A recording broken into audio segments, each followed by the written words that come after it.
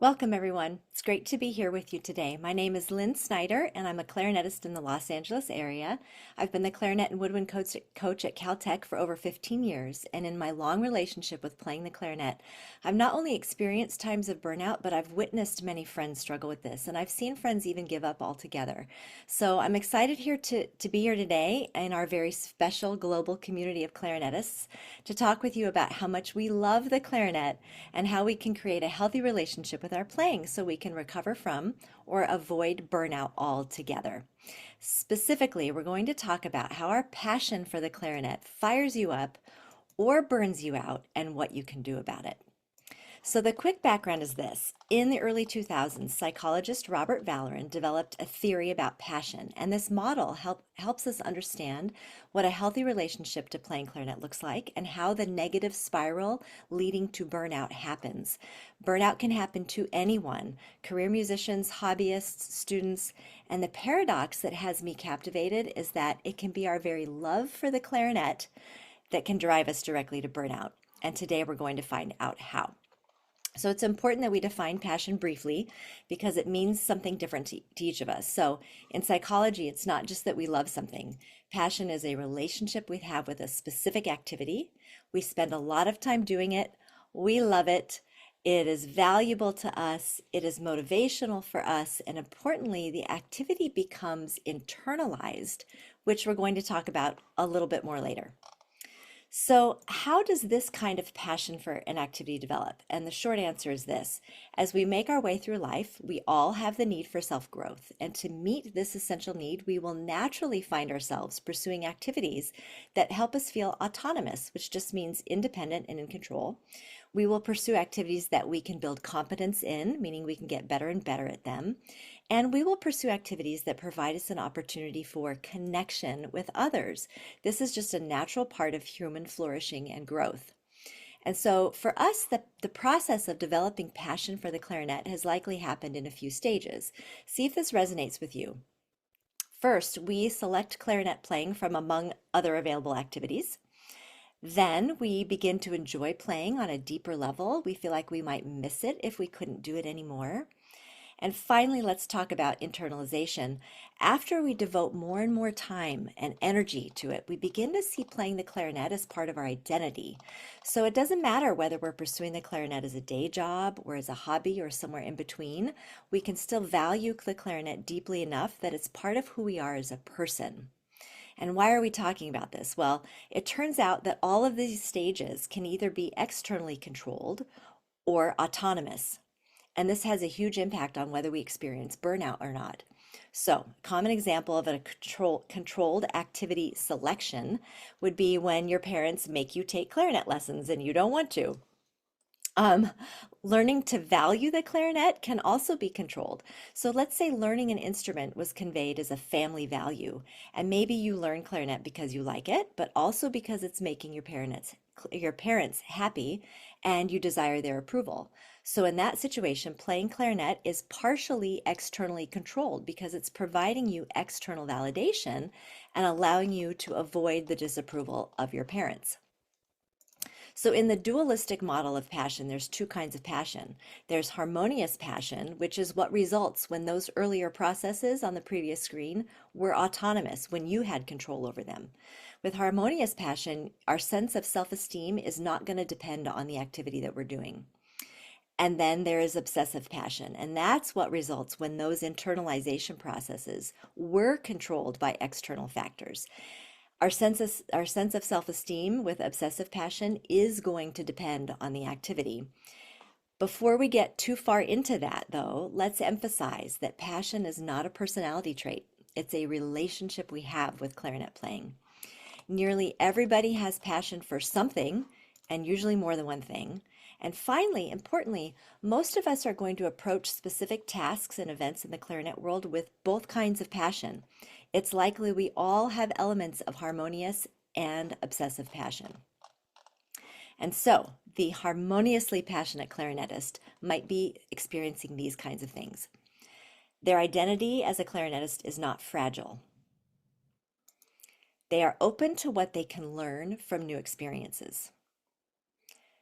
They focus on themselves for improvement instead of comparing to others. And they have what we call a flexible engagement with clarinet, meaning they can stop when they need to. And the obsessively passionate clarinetist might be thinking these kinds of things. Their self-esteem is contingent on other people. They feel threatened by new experiences and other people, and they feel a need to self-defend. And I want to emphasize this line of thinking for a moment because I'd wager that we all have times when we feel uncomfortable with other people's successes. Finally, they will have a rigid engagement with their clarinet playing so that they're kind of unable to stop even when it would be harmful to continue. This is like when you've kept practicing for an event so much that you started to kind of not like playing the clarinet at all, or if you had an injury that needed rest in order to heal, but you didn't rest. What's very interesting, though, is that obsessive and harmonious passion do have some things in common. They enable us to persist in the face of challenges and to dedicate ourselves to deliberate practice, which both lead to something pretty wonderful, which is high levels of mastery in the clarinet world. So it's not that we want to avoid hard work, it's that we just want to make sure that how we approach those challenges is healthy. So, what does that healthy relationship to clarinet look like? How does harmonious passion work for us as clarinetists? So, let's start by remembering that for personal growth, we all just want to get better and better at the clarinet and come as close as we can to mastery. For the harmoniously passionate clarinetist, the focus of that mastery is internal growth.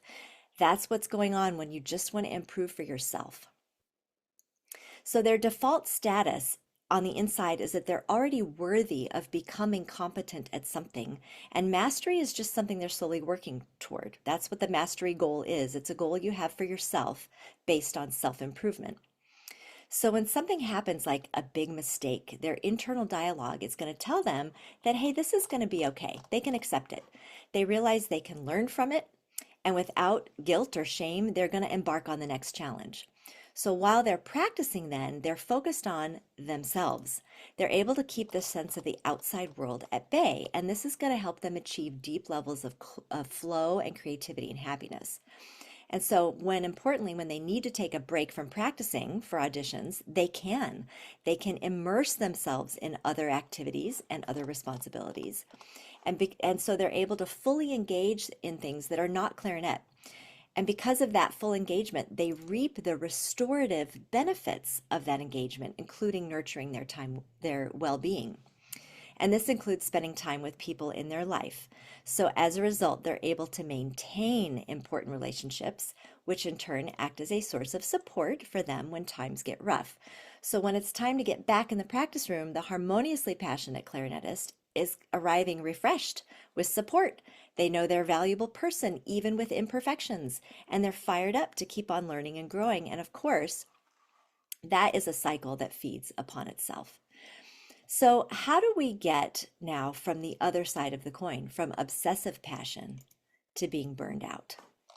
So, when we approach our clarinet activities with obsessive passion, the main focus is on external validation. That's when we need other people to affirm our talent, to provide validation and acceptance. These are external markers like praise, awards, sitting first chair, likes on social media. So for this clarinetist, the default is not, I know I'm worthy, but I'll decide if I'm worthy based on how other people are interacting with me. They really need others to show them that they're doing okay.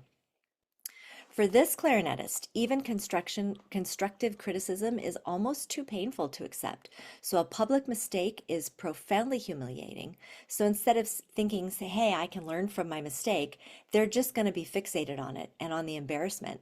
They're likely to avoid talking about it, to hide it, to overcorrect, and some will even engage in self-enhancing strategies to protect their self-esteem, like bragging about themselves or acting superior or posting something on social media to get likes. So it can be with a sense of being judged, that being watched, that they engage in their practicing and performing. So with those thoughts and feelings going on, they've always got one eye on the outside world, one eye on what people are thinking about them, and they will be impeded from experiencing deep levels of flow and creativity and positive emotions when they're playing. So this clarinetist then is setting goals for themselves that tend to be what we call performance approach based, where the object is to be competent at something relative to somebody else. So the example is, oh, I don't care if I'm improving. I just have to play this piece better than the person next to me. Or their goals can be performance avoidance based, meaning the goal is simply to avoid looking incompetent compared to other people. So either way, the goal is all about how you stack up compared to others. So, because the focus is on others, they tend to view new experiences and other people as potentially threatening. And this is why even their clarinet friends they might see as obstacles to their own success. So, when another clarinetist has a big success and it's all over social media, this person will feel a little threatened by that because deep in their mind, that goal to avoid looking incompetent relative to others just got harder to achieve. So importantly, when they need to take a break, they're just less successful at taking one. If they're injured or sick or tired, they will just rigidly persist in their hefty practice routine, even though it may be harmful to do so. And when they do finally put the clarinet back in the case, they find it difficult to immerse themselves in other activities and responsibilities, meaning they're ruminating on the clarinet an awful lot. And because of that rumination on mistakes, on competitions, on criticism, on imagined criticisms, they are prevented from fully engaging in their other activities. So they're not receiving the full restorative benefits of those engagements. And they are sometimes not able to be fully present when they are spending time with other people in their life. So they are also less able to maintain important relationships. And when those relationships break down, they may not be available as a source of support. And so, playing the clarinet starts to come into conflict with other aspects of life. Relationships can become strained, responsibilities are left unmanaged, personal health can be ignored, and this clarinetist can begin to experience guilt, shame, and anxiety. So, when it's time to get back into the practice room, this clarinetist does not arrive restored and refreshed with a sense of balance and support. They may feel very deeply the enormous emotional and toll involved in having their self-esteem swing high and low based on what they think other people think of them. And their support network may not be intact. And nobody can keep that up for very long. So they are primed to experience burnout. And again, this is also a cycle that repeats itself. So what does burnout look like? These are some of the ideas that may resonate with you if you're experiencing burnout. Um, and the consequences of burnout can be significant. That emotional toll can lead a person to give up on clarinet for a while or even permanently. But I'm sure you're all thinking, and we all know, that our clarinet world is full of auditions and competitions and comparisons and playing better so that you get the gig. It's how our world is built. And we know that external approval absolutely matters because being judged by others is how we get jobs and gigs and awards and great clarinet parts and solos. So it's not any wonder that our best attempts to stay grounded can get sidetracked and we can experience burnout. So what can we do about it? Well, Google will tell you if you search about alleviating burnout, all of these things. And these are great suggestions, especially if you are right this moment experiencing burnout. But there's a lot more we can do. So first of all, remember that it's normal to have elements of both kinds of passion as we approach our activities. And most importantly, we have the opportunity with every action and interaction to reshape the relationship to clarinet playing. So help is going to come in four main areas. And the first is this: engaging our independence protects against burnout. So actively checking in with your own opinions is going to have a huge impact over time. Independent of what other people are telling me, what piece do I want to study next? What do I think my signature strengths are? Second, you can start to develop standards for excellence that are self-referential. So this just means you start relying on your own ears when you're deciding what would an excellent performance of this piece sound like, or does this mouthpiece make me sound better or not? Granted, our foundational ideas about what sounds good will always be informed to an extent by the outside world, and especially by our clarinet teachers. But within that framework, we can and still should use a healthy dose of self-reference. And from there, we can start to set mastery goals. And remember, these are goals where we're using ourself as the measuring tape for improvement. So we're just asking, am I playing better than an earlier version of me, rather than am I playing better than this other person? These strategies for autonomy are going to give you permission to move in the direction of things that naturally interest you, and they subtly shift our approach to the clarinet from an externally controlled one to an autonomous one. A second area where we can develop harmonious passion is in fostering our connections. This is important because when we're getting obsessive, we may be viewing others as obstacles to our success when really the opposite is true. So, a couple small examples. If we're studying the same solo or etude, we can work on it with this other person together. This is an opportunity to be vulnerable enough to work on something hard in the presence of somebody else, and it's something that we can become more and more comfortable with the more we do it. Second, online events like Clareidoscope, Facebook, Instagram, YouTube, Discord, any kind of social media. These are great places for us to connect and build relationships. And we will get the biggest benefit of social media when we avoid posting for external validation and when we use our likes very generously as a source of support and care for other people. And finally, we can connect with other clarinetists in non-clarinet contexts. So an example would be finding a way to hang out and do something fun with a fellow clarinetist, something that isn't about music at all. Focusing on these connections will help us see that our friends are not threats to our success, and more people are in your corner than you may think.